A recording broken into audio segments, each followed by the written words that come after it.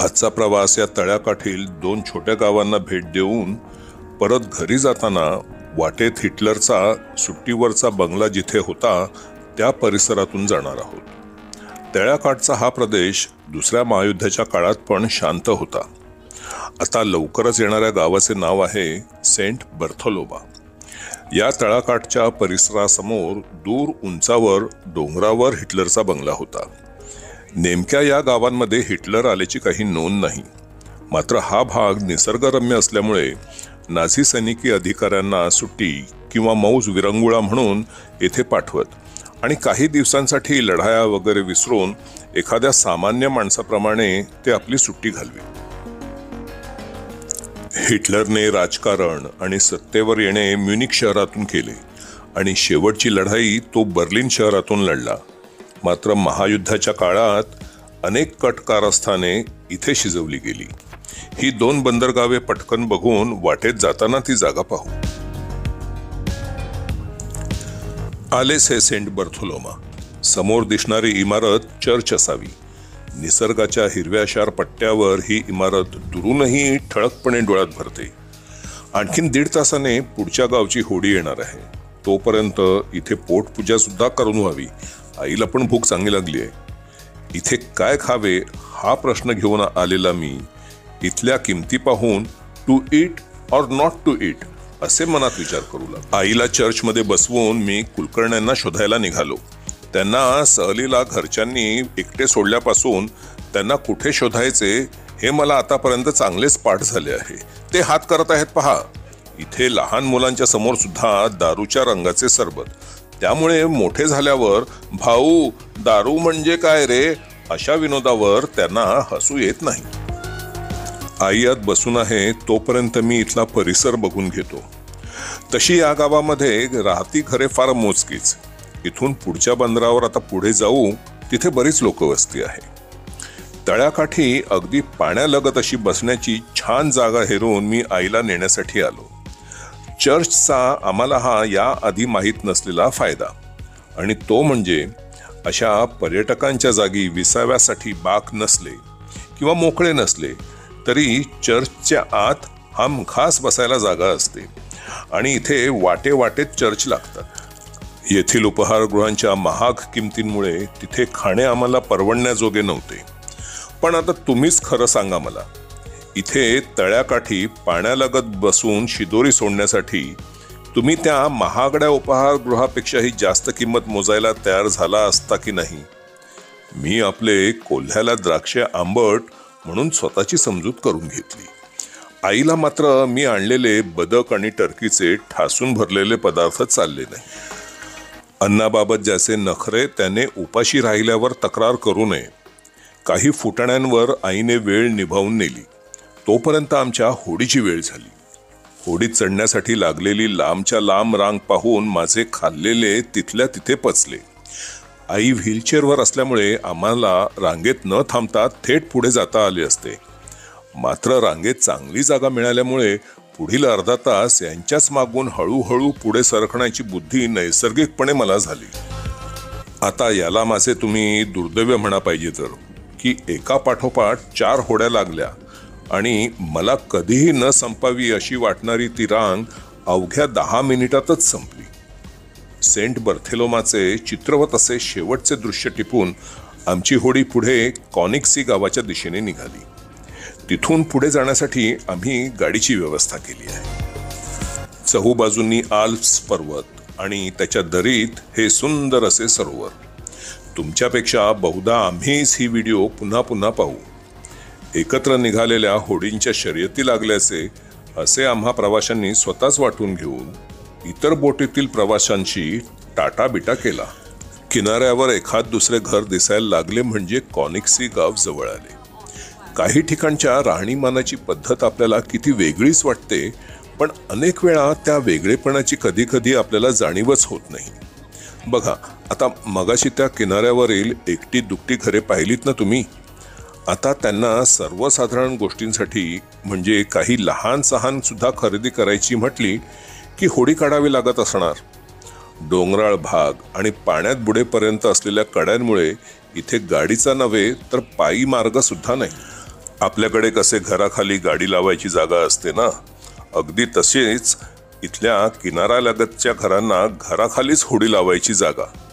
म्हणजे आपल्याकडे कसे बायकोने का आणायला सांगितले की चालले बुलेटवर टांग मारून, अगदी तसेच इथे बोटीत टांगा पसरून. विमानातील हवाई सुंदर्या सर्व प्रवासी विमानातून उतरले की आपल्या मागे त्यांना तेथील सामानाची आवराआवर आणि इतर काही कामे करावी लागतात.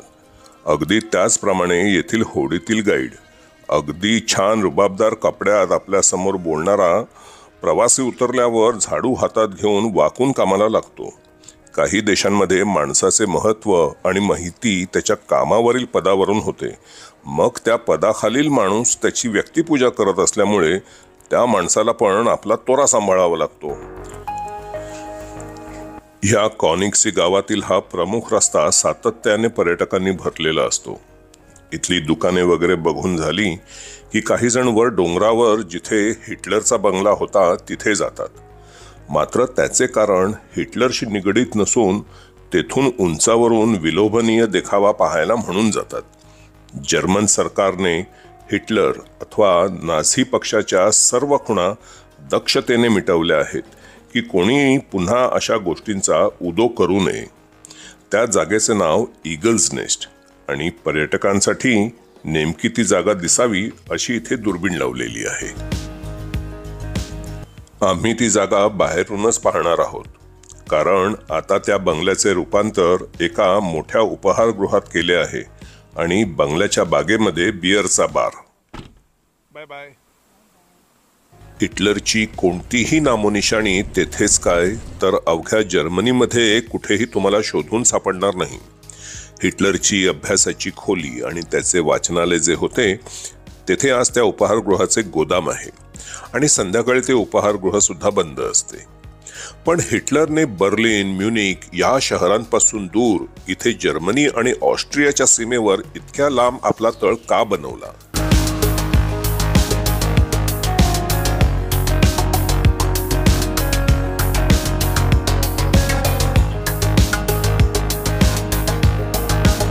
हे पहा ब्रेक्टेस गार्डन, हिटलरचे गाव.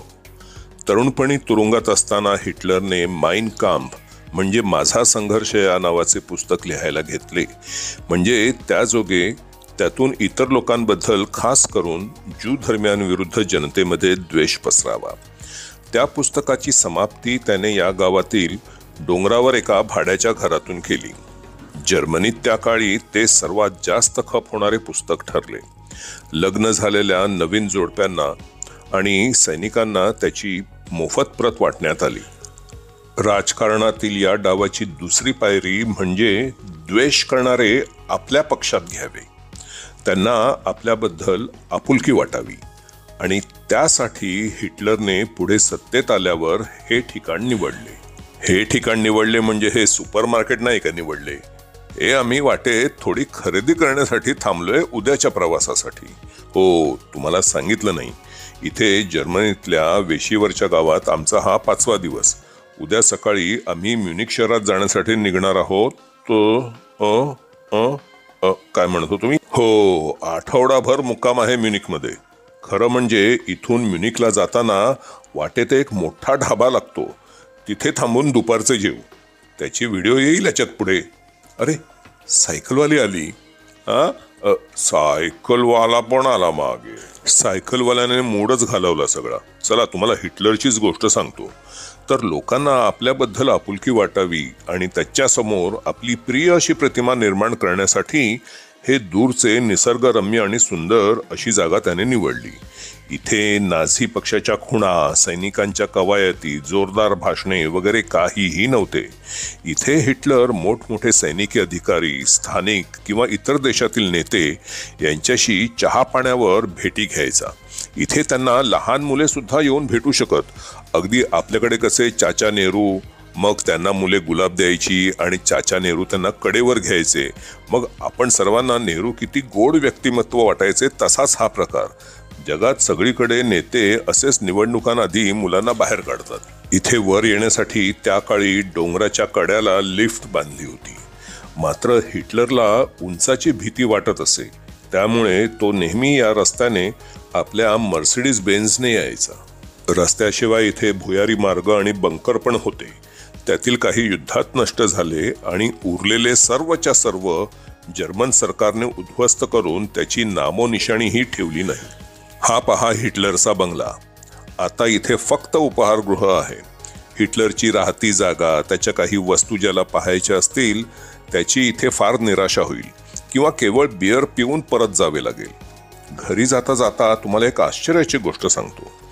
हिटलरला भेटायला येणाऱ्या मुलांपैकी काहींची त्याची दाट मैत्री झाली होती आणि त्यात एक 6 वर्षाची ज्यू मुलगी सुद्धा होती. तिचे नाव रोजा. हिटलर आणि रोजाचा वाढदिवस पण एकच, म्हणजे 20 एप्रिल. ती ज्यू असल्याचे हिटलर आणि सभोवतील अधिकाऱ्यांना सुद्धा माहीत होते आणि तिच्याशी मैत्री ठेवणे राजकारणाच्या हिताविरुद्ध असल्याचे हिटलरला वारंवार बजावले गेले. ही मैत्री पुढे 6 वर्षे तरी टिकल्याची नोंद आहे, ज्या काळात दोघांमध्ये 17 वेळा पत्रव्यवहार झाला. पुढे जाऊन मणक्याच्या आजाराने रोजा वयाच्या 17व्या वर्षी वारली. तिची कबर म्युनिक शहरामध्ये आहे. हिटलरचा बंगला नाझी पक्षाने बांधला. बंगल्यासहित बाजूचा परिसर, भुयारी मार्ग आणि रस्ते 13 महिन्यात हिटलरच्या 50व्या वाढदिवसापर्यंत बांधून तयार व्हावेत यासाठी कामगार थंडीच्या काळातही दिवस रात्र राबवले गेले, ज्यात 12 कामगारांचा मृत्यू झाला. महायुद्धाच्या काळात हिटलर आणि त्याचे वरिष्ठ अधिकारी यांचे एकत्र भेटण्याचे हे केंद्र होते. मानवतेला काळीमा लावणारे कट पण इथेच शिजले गेले. त्याचसोबत इथे जंगी सोहळे सुद्धा झाले. हिटलरची बायको एवा ब्राऊनच्या बहिणीचे लग्न इथे झाले केवळ 3 दिवस नॉर्मंडीहून ब्रिटिश सैन्य शिरण्याआधी.